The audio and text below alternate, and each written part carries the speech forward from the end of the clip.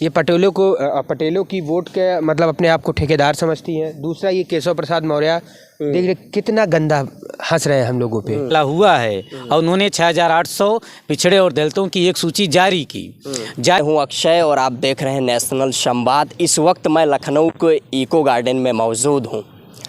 69,000 शिक्षक भर्ती को लेकर जो घोटाला हुआ उसके खिलाफ अभ्यर्थी यहाँ लखनऊ में इको गार्डन में मौजूद हैं और धरना दे रहे हैं।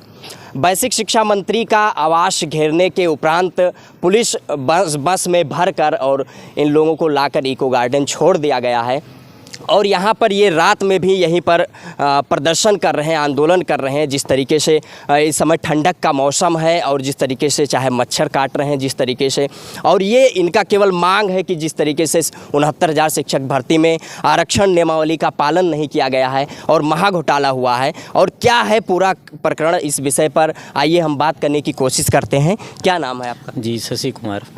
क्या मांग है आपकी, क्यों यहाँ पर धरने पर बैठे हैं? हमारी मांग ये है कि हमारे लिए जो लिस्ट निकाली गई थी पिछड़े और दलितों की, उस आरक्षण घोटाले के लिए पिछले 2 साल हम लोगों ने संघर्ष किया।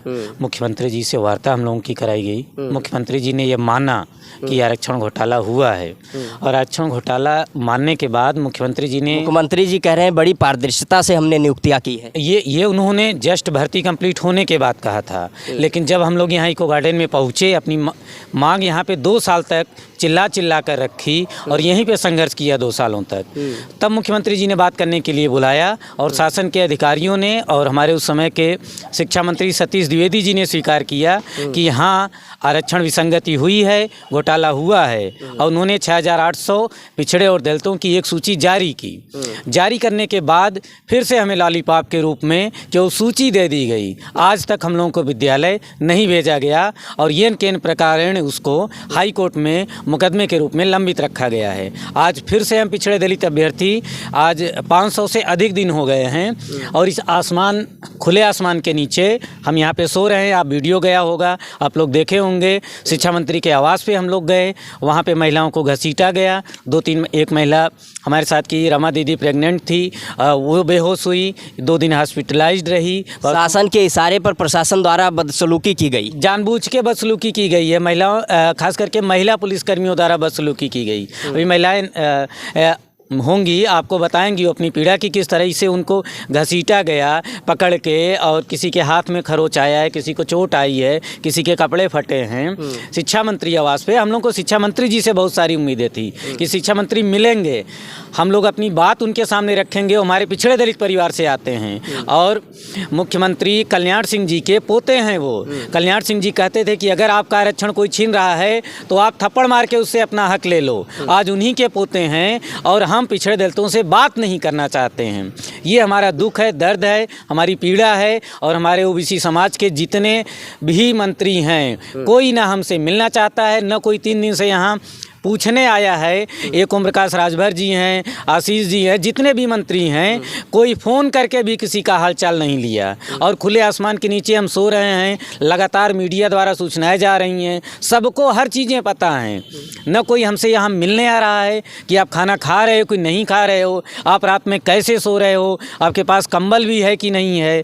हम चूँकि पिछड़े दलित समाज से आते हैं इसलिए हमको कोई, जैसा कि हम लोग देख सकते हैं इस समय ठंडी का मौसम है और यहाँ पर पर्याप्त मात्रा में कंबल भी नहीं अवेलेबल है, उपलब्ध है। और जिस तरीके से यहाँ पर मच्छर भी रात में काटते हैं और पुलिस प्रशासन द्वारा अभ्यर्थियों को लाकर यहाँ पर छोड़ दिया गया है। और वो तमाम पिछड़े दलित का वोट लेने वाले बीजेपी में जो पिछड़े दलित समाज के नेता हैं, वो बीजेपी में पिछड़े दलित का वोट तो लेते हैं, लेकिन जब पिछड़े दलितों के आरक्षण का नियमावली का पालन नहीं होता है तो उस पर कोई बात नहीं सुनता है। क्या नाम है आपका? अमरेंद्र पटेल नाम है हमारा।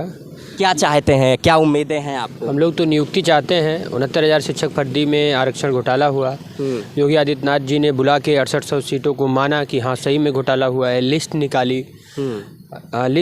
आज वो लिस्ट कोरा कागज़ रह गया, चुनावी जुमला रह गया। 2 साल से हम लोग सड़कों पे आंदोलन कर रहे हैं। सड़क पे, सदन में, हर जगह हम लोग अपनी आवाज़ उठा रहे हैं। इको गार्डन में ये अघोषित जेल है, पहले ये पुरानी जेल थी, इसको तोड़ के ये पार्क बना दिया गया है, पीपल के पेड़ ओड़ लगा के। लेकिन हम लोगों को पुलिस प्रशासन जाके जब हम लोग अपनी मांग उठाने लोकतांत्रिक तरीके से किसी मंत्री के यहाँ, विधानसभा और मुख्यमंत्री जी के यहाँ जाते हैं तो उठा के यहाँ पे दमनकारी की तरह ले आके यहाँ हम लोगों को पटक देते हैं। फिर यहाँ ना खाने की व्यवस्था, ना सोने की व्यवस्था, ना पानी पीने की व्यवस्था, ना शौचालय की ढंग की व्यवस्था है, गंदा यहाँ पे। यहाँ रात भर हम लोग खुले आसमान में रहते हैं। एक तरीके से देखा जाए तो सबके लिए तो राम राज्य है, लेकिन हम पिछड़े दलित अभ्यर्थियों के लिए ऐसा लगता है कि अभिशाप हो गया है।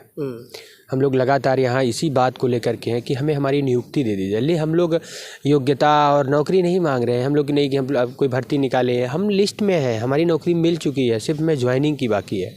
और सरकार चाहे तो ये 6800 शिक्षकों की नियुक्ति करके उत्तर प्रदेश के नौनिहाल बच्चे हैं उनका भविष्य बनाने का काम करेंगे। हम लोग वेल एजुकेटेड हैं, सारी क्राइटेरिया को फुलफ़िल करते हैं।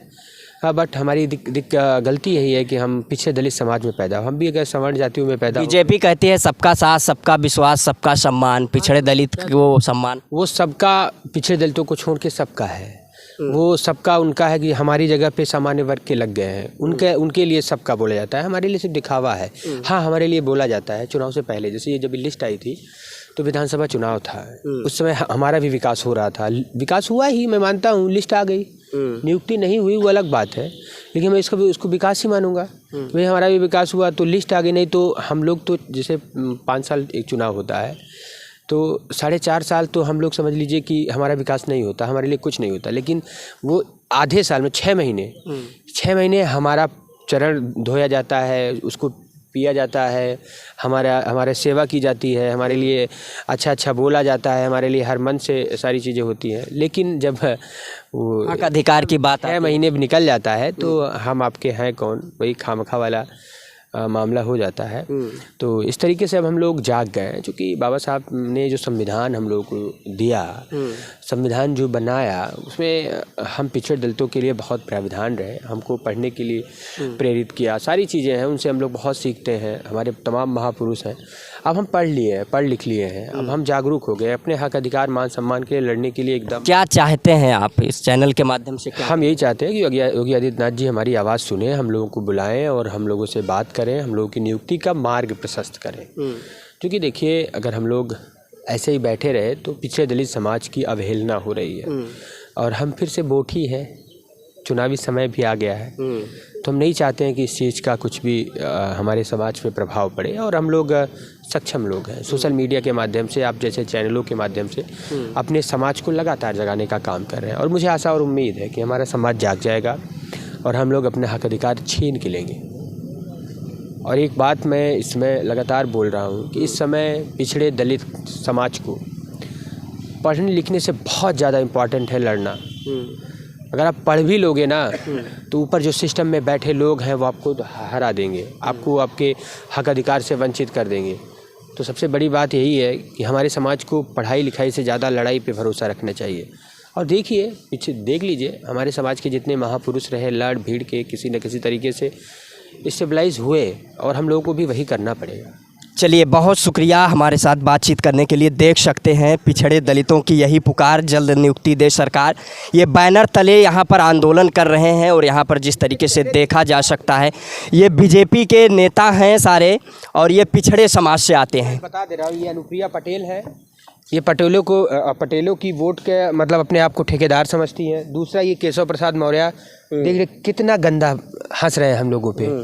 2 साल से हम लोग लगातार ऐसी फोटो देख रहे हैं, ये हम लोगों पे हंस रहे हैं कि तुम्हारी वोट ले लिए, तुमको लात मार दिए। आगे देख लीजिए, वो स्वतंत्र देव है, ये भी पटेलों के वोटों के हिस्सेदार है। इनको ये सब सामाजिक लगता है, जिसे कहते हैं ना कि किसी काम के नहीं है। अगर होते तो कल हमारी बहनें गई थी, इनके आवाज़ से घसीटे गए। आगे स्वतंत्र देव जी हैं, इनको बता दिए। आशीष पटेल, इनको हम लोग मानते नहीं कौन है, इनसे बात नहीं करना चाहते। संदीप सिंह है, बाबू कल्याण सिंह को आप जानते होंगे, पिछड़े दलितों के लिए मसीहा थे। और वो ये बोलते थे कि अगर आपका हक अधिकार मान सम्मान कोई छीन रहा है तो उसे थप्पड़ मार के छीन लो, मारो, अपना अधिकार लो। लेकिन बताइए, पोते हैं। सोचिए वो तमाम पिछड़े दलितों का वोट लेकर और अपने आप को पिछड़े का बेटा बताकर ये नेता जो बैनर में आप देख सकते हैं, आपका वोट और हक और वोट लेकर और सरकार बनाते हैं, लेकिन जब आपके हक और अधिकार की बात आती है तो मौन धारण कर लेते हैं। और जिस तरीके से जब देश में संविधान नहीं लागू था, मनुस्मृति लागू थी, तो आपको शिक्षा का अधिकार नहीं था। यदि अब संविधान के तहत आपको शिक्षा का अधिकार मिल गया है तो ये मनुवादी मानसिकता के लोग आपके आरक्षण का उल्लंघन करके और आरक्षण नियमावली का पालन ना करके जिस तरीके से पिछड़े दलितों को हक मारा जा रहा है, उनको शिक्षा से वंचित किया जा रहा है, उनको नौकरियों से वंचित किया जा रहा है, उसकी लड़ाई ये लोग लड़ रहे हैं। वीडियो को यदि आप चैनल पर देख रहे हैं तो चैनल को सब्सक्राइब करें, वीडियो को फेसबुक पेज पर देख रहे हैं तो पेज को फॉलो करें। अक्षय की रिपोर्ट, कैमरे के पीछे राजीव।